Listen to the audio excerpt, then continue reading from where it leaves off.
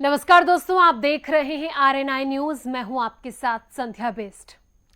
दोस्तों, रूस और यूक्रेन के बीच युद्ध शुरू हुए 10 महीने से ज्यादा का वक्त हो गया है और यह जंग लगातार और ज्यादा आक्रामक होती जा रही है।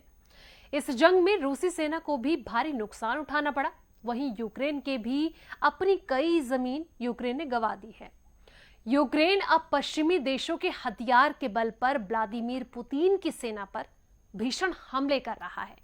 अब इस जंग में रूस को अफगानिस्तान की तरह से फंसता देखा जा सकता है। अब कई सेना के जनरल परमाणु बम के इस्तेमाल की सलाह दे रहे हैं।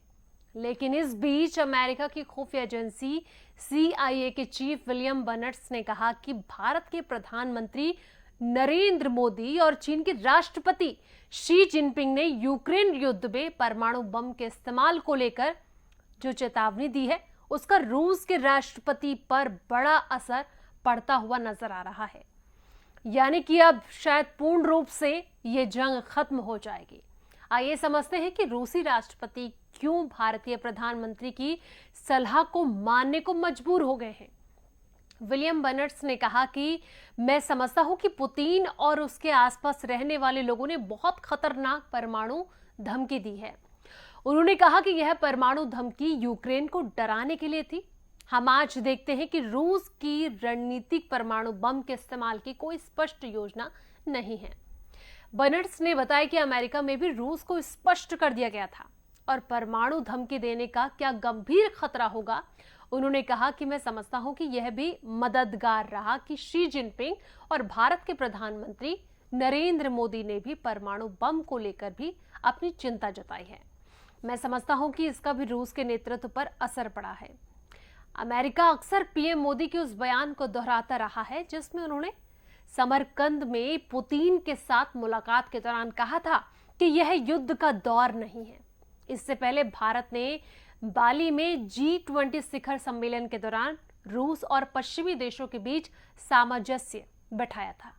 अब यही नहीं, पीएम मोदी के चर्चित बयान यह दौर युद्ध का नहीं है, ये बयान बहुत चर्चा में भी आया था, जिसके बाद G20 के साझा बयान में शामिल इसे किया गया था।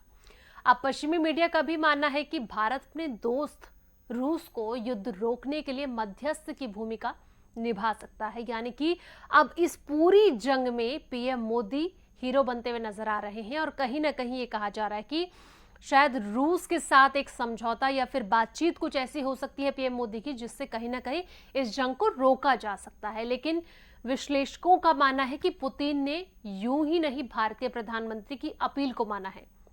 इसके पीछे दोनों के बीच ऐतिहासिक दोस्ती और परंपरागत निर्भरता एक बड़ी वजह है।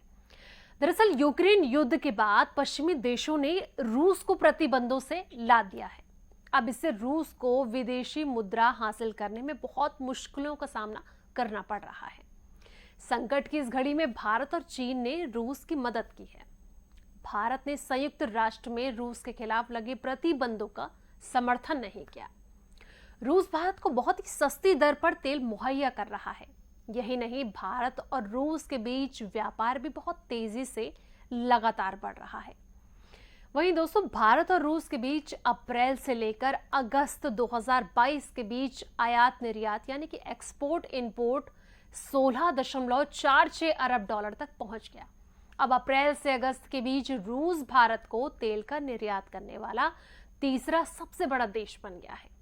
भारत ने रूस के मुख्य तौर पर पेट्रोलियम, फर्टिलाइजर, कॉफी, चाय और मसालों का आयात किया। अब इस आयात में तेल और फर्टिलाइजर का जो हिस्सा है वो 90% तक है। अब आंकड़े भी यही कहते हैं कि अप्रैल से लेकर अगस्त के बीच रूस से तेल आयात पिछले साल इसी अवधि में हुए आयात से 16% ज्यादा है। माना जा रहा है कि यह अभी और बढ़ने जा रहा है। अब भारतीय कंपनियां रूस से सस्ता तेल खरीदकर उसे निर्यात करने जा रहा है। वहीं अक्टूबर में जिस तरीके से भारत का निर्यात 31 अरब डॉलर रहा, रूस पिछले साल तक भारत के साथ व्यापार में 25वें स्थान पर था। लेकिन अब साल 2022 की बात की जाए तो 22 में मॉस्को 7वां सबसे बड़ा व्यापारिक साझेदारी बन गया है। अब इसके अलावा भारत रूस से S-400 से लेकर असॉल्ट राइफल तक खरीद रहा है। तो कहीं ना कहीं आगे जो जंग को लेकर तकरार देखने को मिल रही है उसमें भारत का भी एक बड़ा रोल है, कहीं ना कहीं समझौते को लेकर।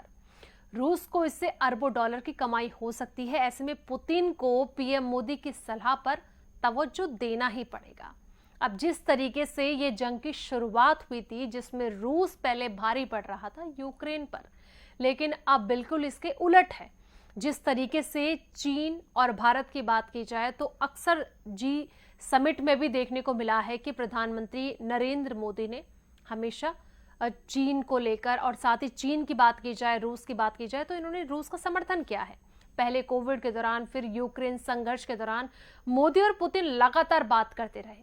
दोनों नेताओं के बीच ताजा बातचीत 16 दिसंबर को हुई थी और इसी महीने ये बातचीत हुई थी।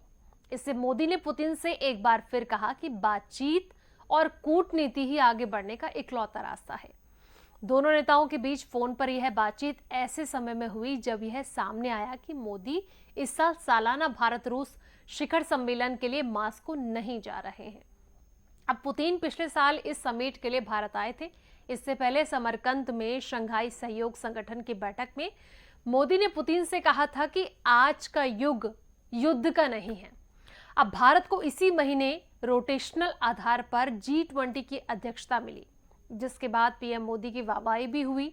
प्रधानमंत्री मोदी ने इसे भारत के लिए सुनहरा अवसर बताया। अब दुनिया के 19 ताकतवर देशों और यूरोपियन यूनियन के इस समूह के जरिए भारत को ग्लोबल डिप्लोमेसी में अपनी साख बढ़ाने में मदद मिलेगी। हालिया वर्षों में भारत ने वैश्विक स्तर पर अपनी पहचान मजबूत की है। दुनिया में आर्थिक मंदी के बावजूद भारत अपनी अर्थव्यवस्था को उसे दूर रखने में सफल रहा है। वह दुनिया की सबसे तेजी से बढ़ने वाली अर्थव्यवस्थाओं में से एक है। तो दोस्तों, जिस तरीके से अब ये कहा जा रहा है कि कहीं ना कहीं रूस भारत का फैन हो चुका है, और खास तौर पर पीएम मोदी का भी फैन होता हुआ नजर आ रहा है, क्योंकि एक बातचीत कहीं ना कहीं जो ये जंग की स्थिति बन रही है और बनती हुई हमें नजर भी आई है, 10 महीने से ऊपर का वक्त हो चला है रूस और यूक्रेन के बीच। ऐसे में कहा यह जा रहा है कि जिस तरीके से दोनों के बीच बातचीत हुई है भारत और रूस के बीच, वहां पर यह कहा जा रहा है कि कहीं ना कहीं पीएम मोदी की कुछ बातें रूस के अंदर इम्पैक्ट डाल सकती है और कहीं ना कहीं इस जंग को भी इसका खात्मा कर सकती है। तो दोस्तों, आपकी इस पर क्या राय है? आप कमेंट सेक्शन में अपनी राय जरूर दें और साथ ही इस वीडियो को लाइक शेयर जरूर करें और हमारे चैनल को सब्सक्राइब भी जरूर करें।